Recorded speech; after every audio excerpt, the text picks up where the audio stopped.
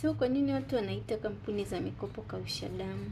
Personally nikiwa kama mtaalamu wa mambo ya fedha, sioni kama kampuni za mikopo ni kausha damu ama zipo kuwaumiza wananchi. Ila wananchi wanataka wenyewe kuumia. Ama wananchi tunataka sisi wenyewe kuumia kwa sababu mbalimbali ambazo nitazitaja hapa. Sababu namba moja ni kukosekana kwa elimu ya fedha katika jamii. Kwa mfano, moja, kupanga budget. Namba mbili, kutofautisha uwezo wa kulipa. Kutofautisha tamaa na mahitaji muhimu. Mtu anatamani tu nipate sasa hivi iPhone 17, lakini anaenda kukopa, lakini hana uwezo wa kuilipa hiyo fedha. Kwa mwisho wa siku unajikuta unaingia kwenye lawama ambayo inakufanya wewe uite kampuni za mikopo kausha damu. Lakini kitu kingine, hamna elimu kuhusu uwekezaji ama na kuweka akiba.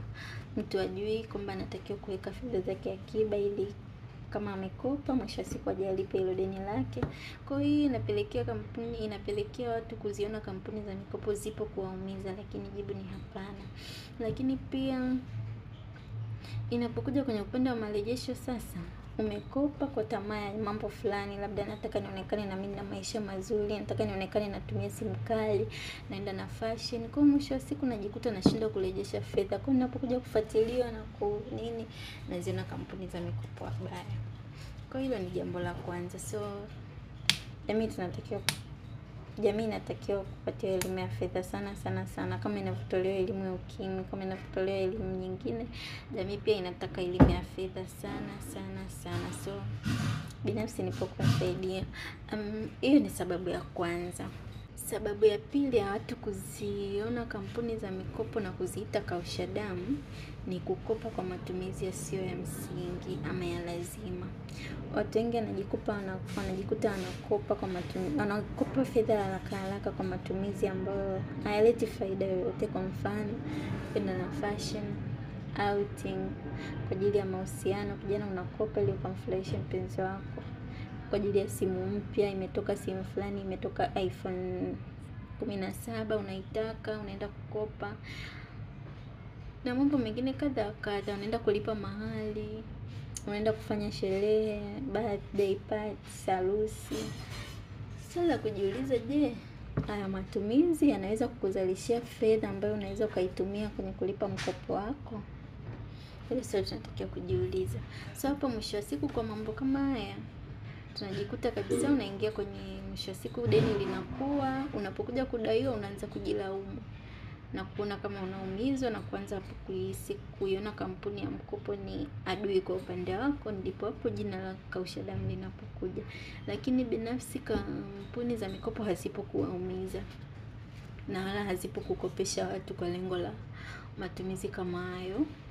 Ila watu wanapokuja kukopa nakwambia, nakuja kukopa kwa sababu nataka kuendeleza biashara, kwa sababu nataka kufanya hivi na hivi, lakini kumbe matumizi anayoenda kufanya ni tofauti na kile alichokuja kukisema wakati anakopa.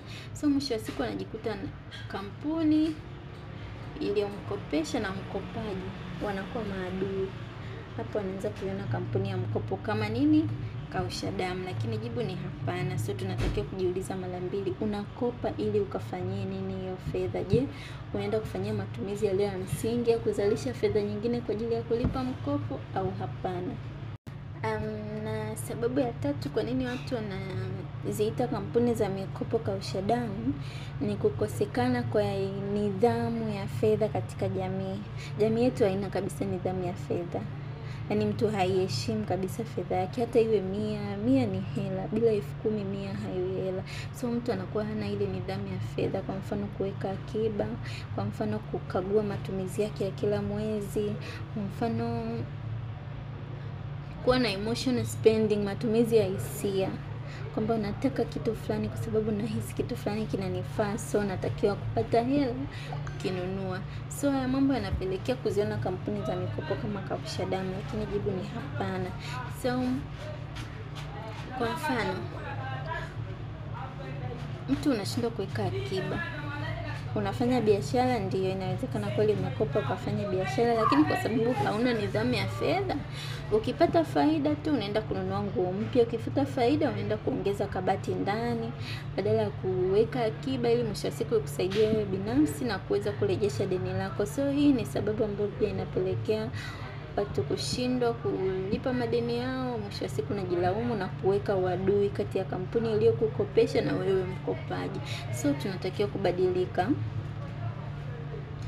Tunatakiwa kubadilika. Haya mambo hayapo kutuumiza, hayapo kutuinua, hayapo kutufanya pia uweze kufanikiwa. Kwa sababu kuna mtu anakwama, anakopa, anarudisha biashara yake katika msingi sahihi, then analipa na yeye anaendelea, kampuni inaendelea na yeye anaendelea. So hivi vitu tunatakiwa kubadilisha. Tunatakiwa kuwa na nidhamu ya fedha sana sana sana. Iheshimu fedha ulionayo, hata kama ni shilingi 100, iheshimu sana sana sana.